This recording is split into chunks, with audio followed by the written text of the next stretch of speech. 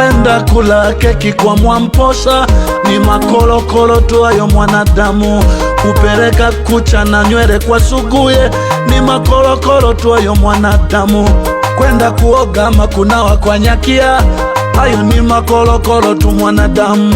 Kufundishwa kuota ndoto kwa Mwakasege ili hali uwachi mabaya, uo ni mzunguko tu mrefu, mwanadamu unajizungusha.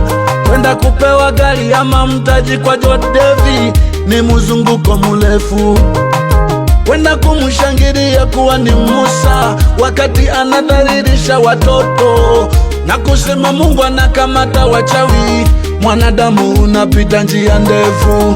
Njia iko wazi, njia iko pale pale, acha dhambi tu yaishe, uwaji malaya na ulevi. Nimeenda kwa Mtume, lazima nitoboe kwa silaha hizi, kwa vyote hivi. Kibubu cha upako, huku kuna ilizi ya mganga. Upako ukishindwa, uganga unamaliza mambo. Hapa nina uchumvi ya upako, nina udongo wa upako, nina msalaba, nina maji ya upako, nina leso ya upako hii hapa. Na hii nyingine hii. Hii sijui kazi yake, ila ameniambia ya upako.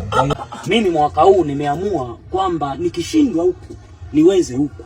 Kwa hiyo mimi manake ukishindwa kwa Yesu niweze, yani kila kitu, nguvu zote hapa itakayosaidia mimi ndio hiyo hiyo. Roho ya fedha, roho ya utajiri, na huku nako umeandika roho ya kusamehewa deni, roho ya kibali, mvuto. Makorokoro ya nini mwanadamu? Keki ya upako, mafuta ya upako ni makorokoro mwanadamu. Mzunguko mrefu ni wa nini mwanadamu? Acha dhambi tu yaishe mwanadamu. Makorokoro ya nini mwanadamu? Keki ya upako, mafuta ya upako ni makorokoro mwanadamu.